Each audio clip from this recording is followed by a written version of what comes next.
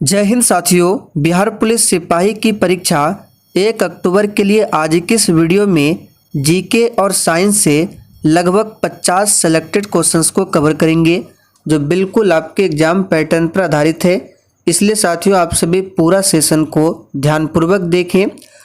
तो चलिए साथियों, सेशन की शुरुआत करने से पहले आप सभी सेशन को दिल से एक बार ज़रूर लाइक कर दें और सेशन को अपने सभी मित्रों के साथ भी शेयर कर दें। तो चलिए फटाफट से आप सभी लाइव में जुड़ जाइए। तो साथियों, सेशन का पहला प्रश्न है, निम्नलिखित में से किस संस्था ने 2 अक्टूबर को विश्व अहिंसा दिवस के रूप में घोषित किया है? वेरी इंपॉर्टेंट प्रश्न है। चलिए आप सभी आंसर बताइए।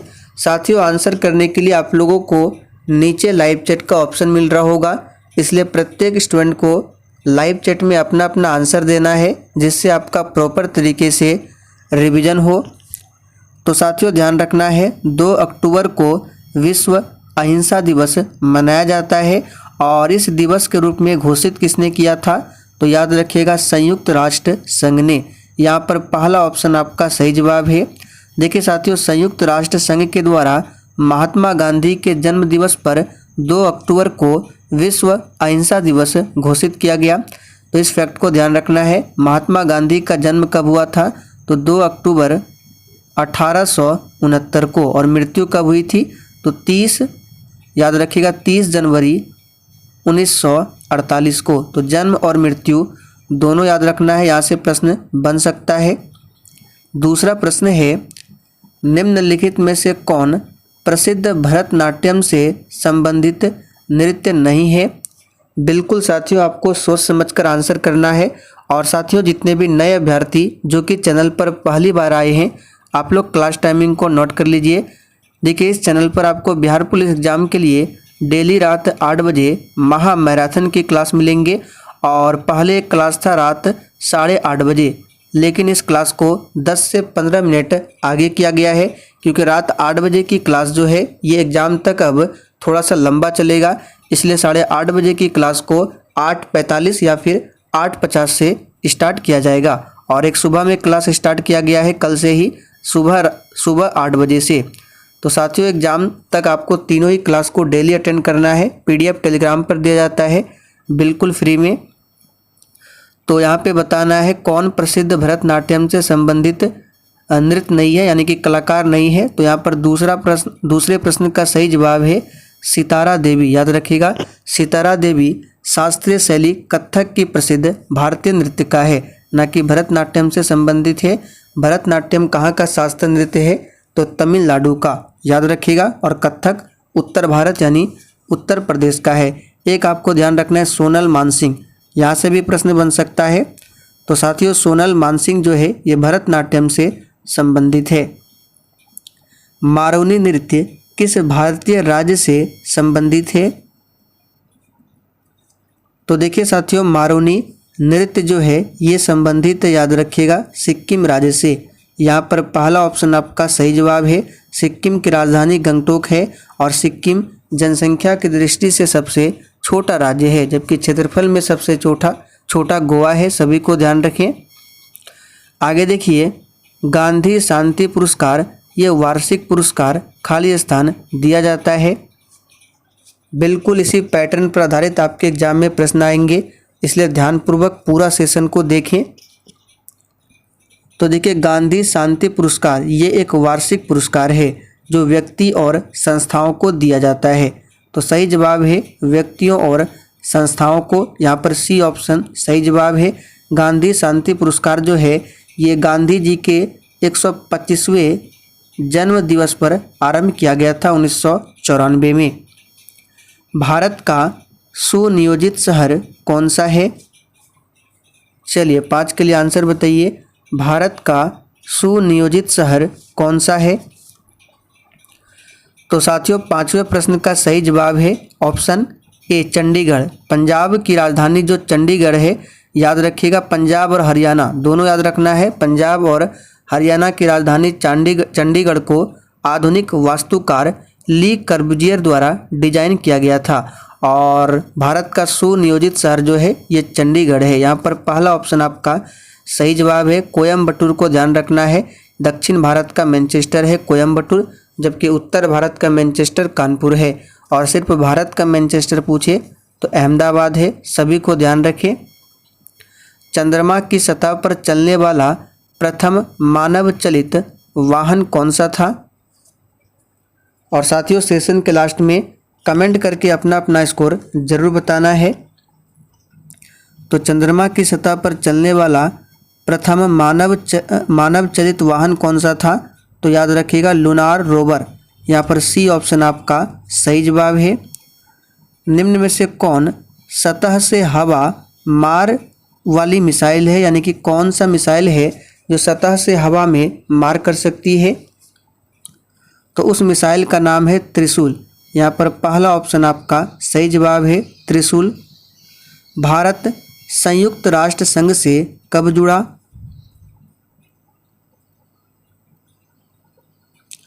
तो साथियों इसका सही जवाब है 1945 में भारत जो है संयुक्त राष्ट्र संघ से जुड़ा। दल बदल निरोधक अधिनियम जिस तिथि को पारित हुआ वह कौन सी थी?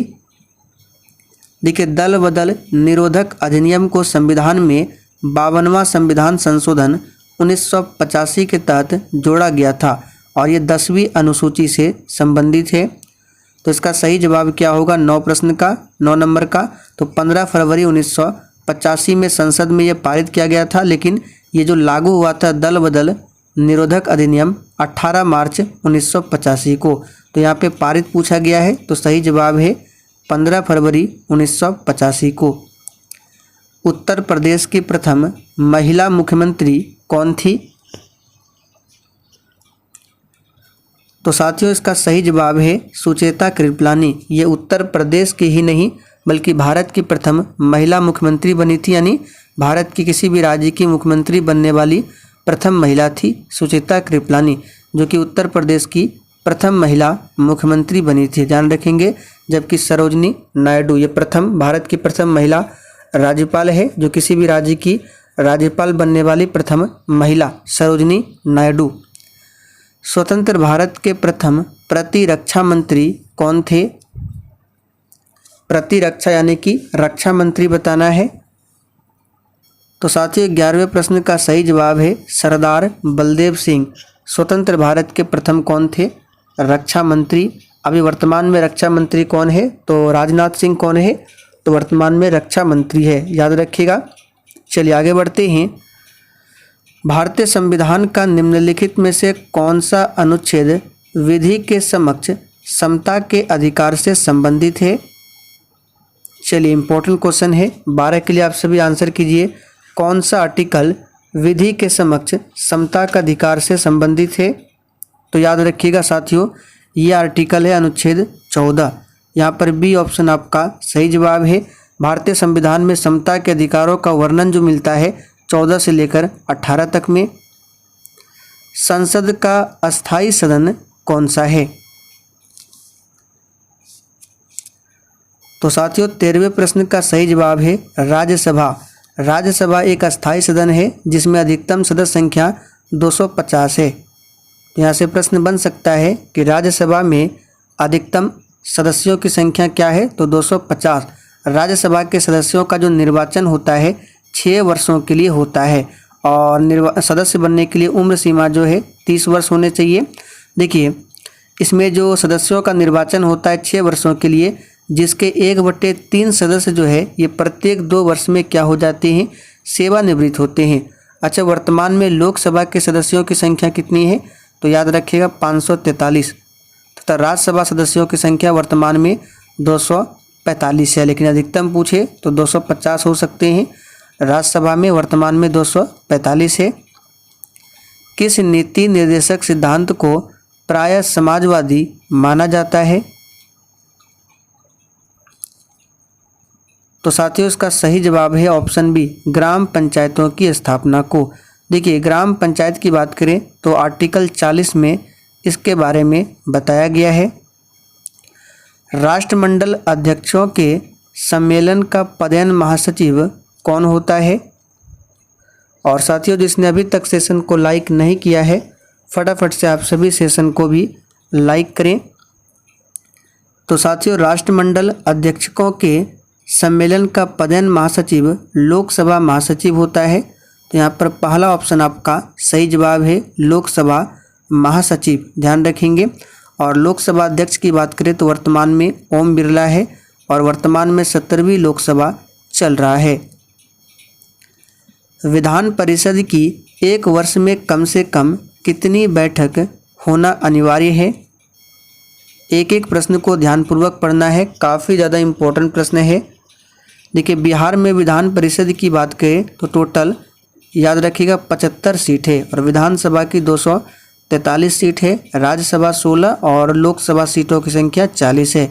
ये बिहार की बात कर रहे हैं तो सभी को ध्यान रखना है, यहाँ से प्रश्न बनेगा। तो विधान परिषद की एक वर्ष में कम से कम कितनी बैठक होना अनिवार्य है? तो 2, याद रखिएगा, कितनी? तो 2। चलिए आगे देखते हैं।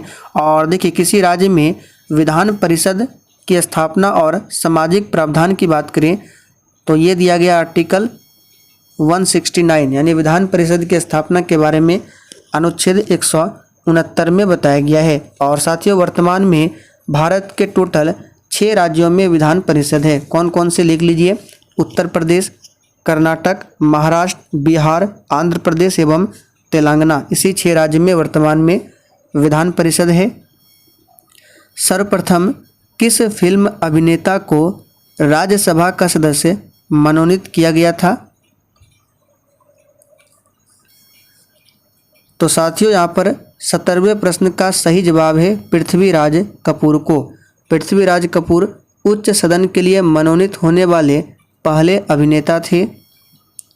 भारतीय संविधान का अनुच्छेद 31 नीति निर्देशक सिद्धांतों को प्रभावी करने के कानूनों का संरक्षण ये किससे संबंधित है? तो 31 बोला गया है। तो साथियों, भारतीय नागरिक के मौलिक अधिकार से संबंधित है, क्योंकि मौलिक अधिकार जो है ये 12 से लेकर 35 तक में दिया गया है और ये आर्टिकल 31 है, तो मौलिक अधिकार के ही बीच में आएगा। तो यहाँ पर पहला ऑप्शन सही जवाब है। वर्तमान में टोटल 6 मौलिक अधिकार है और इसे अमेरिका देश के संविधान से लिया गया है और भाग 3 में रखा गया है मौलिक अधिकार को।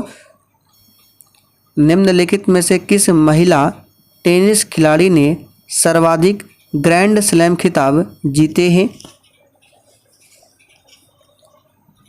तो प्यारे साथियों, यहाँ पर 19 का आंसर क्या हो जाएगा? याद रखिएगा, किस महिला टेनिस खिलाड़ी ने सबसे अधिक ग्रैंड स्लैम का खिताब जीता है? तो याद रखिएगा, मार्गरेट कोर्ट ने। ये कहाँ की है? तो ऑस्ट्रेलिया की है मार्गरेट कोर्ट। इन्होंने 24 ग्रैंड स्लैम खिताब जीते हैं, जो कि एक वर्ल्ड रिकॉर्ड है। भारत में हर साल 25 जनवरी को निम्न में से कौन सा दिवस मनाया जाता है? चलिए 20 के लिए आंसर कीजिए। और साथियों, आपको प्रश्नों का लेवल देखकर पता चल ही गया होगा कि बिल्कुल इसी लेवल का प्रश्न आपके एग्जाम में पूछे जाएंगे। तो 25 जनवरी को आप सभी जानते हैं ये मनाया जाता है किस दिवस के रूप में? तो सही जवाब है राष्ट्रीय पर्यटन दिवस। ऑप्शन के अकॉर्डिंग यहाँ पर सी ऑप्शन आपका सही जवाब है। 25 जनवरी को मतदाता दिवस भी मनाया जाता है, लेकिन ऑप्शन में राष्ट्रीय पर्यटन दिवस दिया हुआ है, तो इसे भी ध्यान रखें। चलिए देखिए, वैसे तो दुनिया में अगर पूछे विश्व पर्यटन दिवस, तो विश्व पर्यटन दिवस 27 सितंबर को मनाया जाता है। कब? 27 सितंबर को। लेकिन भारत का पर्यटन दिवस 25 जनवरी को ही मनाया जाता है। सेट उन सभी बंडलों का संग्रह है जिसे उपभोक्ता विद्यमान बाजार कीमतों पर अपनी आय से खरीदता है। तो 21 का आंसर क्या हो जाएगा? बजट। देखिए, किसी संस्था या सरकार के एक वर्ष की अनुमानित आय व्यय का जो लेखा जोखा होता है उसी को बजट कहा जाता है। इनमें से कौन सा एक भारतीय बैंक नहीं है? तो बहुत ही सिंपल है। देखिए, एक्सिस बैंक भारतीय बैंक है, ICICI बैंक ये भी है, HDFC भी है, लेकिन आप लोग ये डी ऑप्शन में जो देख रहे हैं HSBC, इसका नाम पहली बार सुना होगा, तो ये भारतीय बैंक नहीं है, याद रखेंगे। ये यूनाइटेड किंगडम में है HSBC बैंक। चलिए आगे बढ़ते हैं।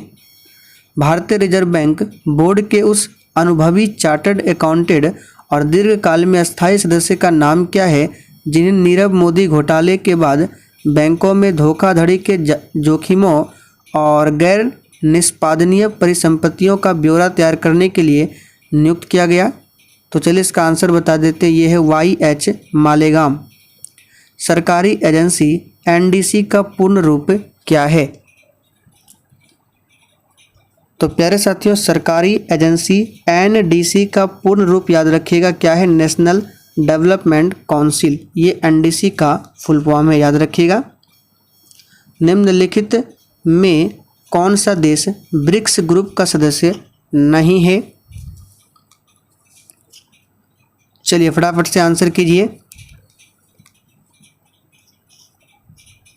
तो यहाँ पर सही जवाब है इंडोनेशिया। इंडोनेशिया जो है ये ब्रिक्स ग्रुप का सदस्य नहीं है, बाकी ब्राज़ील, रसिया, चाइना ये सभी क्या है? सदस्य, ध्यान रखेंगे। और देखिए ब्रिक्स होता है BRICS, तो B से ब्राज़ील, R से रसिया, I से इंडिया, C से चाइना और S से साउथ अफ्रीका, जबकि इंडोनेशिया नहीं है, ध्यान रखिए।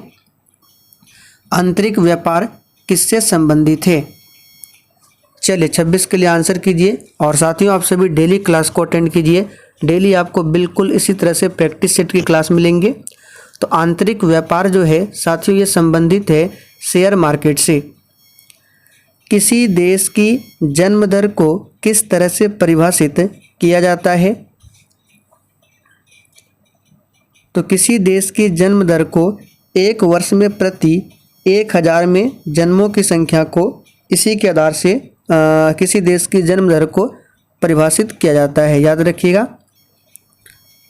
कौन सी नदी और उसकी सहायक नदियां गोदावरी और मारवाड़ क्षेत्रों की प्रमुख नदी प्रणाली है? तो साथियों याद रखिएगा ये है लूनी नदी। यहाँ पर पहला ऑप्शन आपका सही जवाब है, लूनी नदी। इनमें से किस झील का निर्माण दक्कन के बेसाल्टिक चट्टानों पर बड़े उल्का पिंड के गिरने से हुआ है? तो ये कौन सी झील है? तो बहुत ही सिंपल है, लोनार झील, जो कि महाराष्ट्र में स्थित है, याद रखिएगा। पेरियार झील पूछा जाता है, केरल राज्य में है। सांबर झील पूछा जाता है, राजस्थान में है। भारत में लाल मिट्टी सामान्यतः कौन से क्षेत्र में पाई जाती है? चलिए 30 के लिए आंसर कीजिए। और साथियों जिसने अभी तक लाइक नहीं किया है फटाफट से लाइक कीजिए। तो याद रखिएगा भारत में लाल मिट्टी जो है ये सामान्यतः दक्षिणी पठार के पूर्वी और दक्षिणी भाग में पाया जाता है। चलिए आगे बढ़ते हैं। पृथ्वी सूर्य से ग्रह है, यानी पृथ्वी जो है सूर्य से कितने नंबर पे आते, कौन से स्थान पर आता है आपको बताना है दूरी के क्रम में। तो देखिए सबसे पहले सूर्य, तो सूर्य से सबसे नज़दीक है बुध, बुध के बाद शुक्र, पृथ्वी, मंगल, बृहस्पति, शनि, अरुण, वरुण, इस तरह से आता है। तो सूर्य से बुध, बुध के बाद शुक्र, शुक्र के बाद पृथ्वी, यानी तीसरे स्थान पर आता है हमारा पृथ्वी, जो कि नीला ग्रह कहलाता है, ध्यान रखेंगे। दुनिया की तुलना में भारत में उपलब्ध ताजे पानी का प्रतिशत कितना है? तो यहाँ पर 32 का सही जवाब क्या होगा? तो याद रखिएगा लगभग 4। दुनिया की तुलना में भारत में उपलब्ध ताजे पानी का 4% है लगभग, ध्यान रखें। चलिए आगे बढ़ते हैं 33 नंबर से। भारत का अधिकांश विदेशी व्यापार कैसे होता है? तो इसे ध्यान रखें, वेरी इंपॉर्टेंट क्वेश्चन है एग्जाम के लिए। साथियों भारत का जो अधिकांश विदेशी व्यापार होता है याद रखिएगा ये समुद्री और हवाई मार्गों के माध्यम से होता है। यहाँ पर डी ऑप्शन सही है। कोकराझार जिले में असम का छठा राष्ट्रीय उद्यान कौन बन गया? तो याद रखिएगा ये बना है रायमोना। तो यहाँ पर सी ऑप्शन आपका सही जवाब है, रायमोना राष्ट्रीय उद्यान बना है। चलिए अब साइंस के कुछ प्रश्नों को कवर कर लेते हैं। देखिए निम्न में से कौन विषाणु जनित रोग है? चलिए देखिए रोग से संबंधित आपके एग्जाम में जरूर एक प्रश्न पूछा जाएगा, तो जितने भी आपको रोग से संबंधित प्रश्नों को कराएंगे आपको ध्यान रखना है। तो विषाणु जनित रोग यानी वायरस से होने वाला रोग है एड्स, जो कि HIV वायरस से होता है, ध्यान रखिएगा। बाकी टिटेनस, क्षय रोग, टाइफाइड ये जीवाणु के द्वारा होता है। साथियों से याद कर लीजिए, यहाँ से प्रश्न जरूर आएगा। पौधों का लाल रोग विगलन किसे प्रभावित करता है? तो देखिए लाल विगलन नामक जो पादप रोग है ये गन्ने के फसल का रोग है, याद रखिएगा। तो सही जवाब है गन्ना। और गन्ना का सबसे अधिक उत्पादन कहाँ पर होता है, तो याद रखिएगा उत्तर प्रदेश में। यह रोग क्या करता है, तो यह रोग जो है कोलेटोट्राइकम, याद रखिएगा कोलेटोट्राइकम फाइलेक्टम नामक कवक के कारण होता है गन्ना में। और इस रोग के कारण गन्ने के तने और पत्तियों में लाल धारियाँ हो जाती है। आप लोगों ने शायद देखा होगा गन्ना में इस तरह का रोग। रक्त में लाल रक्त कणिका यानी आरबीसी, यानी कि रक्त में आरबीसी के बढ़ने से कौन सी स्थिति बन जाती है,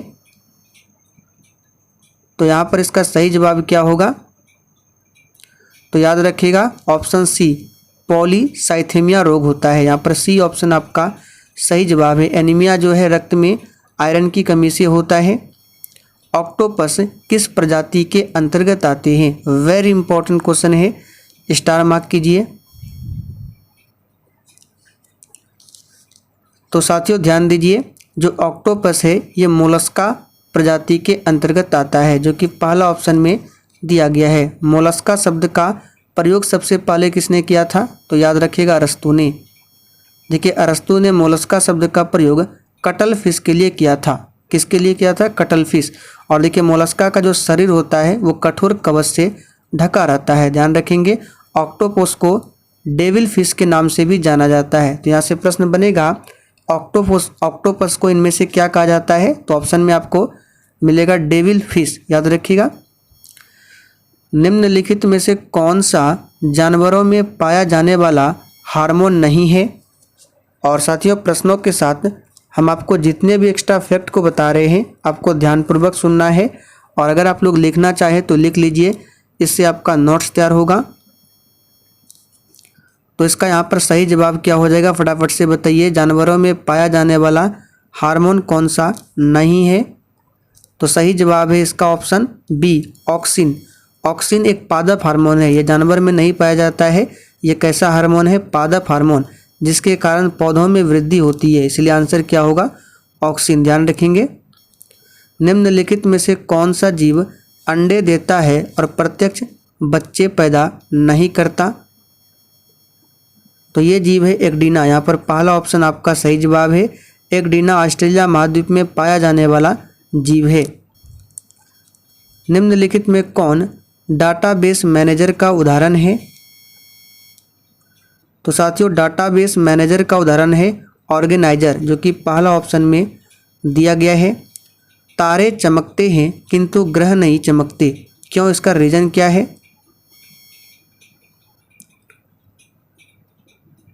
तो साथियों इसका रीज़न क्या है, देखिए वे पृथ्वी के करीब है इसलिए उनसे अधिक प्रकाश मिलता है। और प्रबलता में यदि छोटे मोटे परिवर्तन भी है तो वे नज़र नहीं आते हैं, इसलिए तारे चमकते हैं पर ग्रह नहीं चमकते हैं। यहाँ पर डी ऑप्शन आपका सही जवाब है। तारों की रोशनी का टिमटिमाना हवा में रोशनी के अपवर्तन के कारण होता है, ध्यान रखें। किसी वस्तु पर लगने वाला गुरुत्वाकर्षण बल को क्या कहते हैं, तो साथियों किसी वस्तु पर लगने वाला गुरुत्वाकर्षण बल को भार कहा जाता है। यहाँ पर पहला ऑप्शन आपका सही जवाब है। और गुरुत्वाकर्षण सिद्धांत का प्रतिपादन न्यूटन ने किया था। निम्न में से किस राशि का मान स्थान बदलने पर भी परिवर्तित नहीं होता है, बहुत ही सिंपल क्वेश्चन है, थोड़ा सा ध्यान से ऑप्शन को देखिए। तो साथियों इसका सही जवाब हो जाएगा द्रव्यमान। देखिए किसी वस्तु का द्रव्यमान प्रत्येक स्थान पर स्थिर रहता है। द्रव्यमान वस्तु के स्थान परिवर्तन के साथ परिवर्तन नहीं होता है, लेकिन भार जो है यानी कि वजन, गुरुत्वाकर्षण, ये सभी जो है ये बदलते रहता है। स्थान बदलने पर यानी कि पृथ्वी पर आपका कुछ अलग वजन होगा, चंद्रमा पर कुछ अलग होगा। वह स्थिति जिसमें आणविक आकर्षण अत्यधिक दृढ़ होते हैं क्या है, तो वह स्थिति जिसमें आणविक आकर्षण अत्यधिक दृढ़ होती है उसे पदार्थ की ठोस अवस्था कहते हैं। तो सही जवाब है सॉलिड। यहाँ पर पहला ऑप्शन आपका सही जवाब है। तो साथियों आज के लिए इतना ही। सेशन अगर आपको थोड़ा बहुत भी पसंद आया हो तो सेशन को जाते जाते एक लाइक ज़रूर कर दें। और सेशन आज का आपको कैसा लगा कमेंट करके भी आपको ज़रूर बताना है।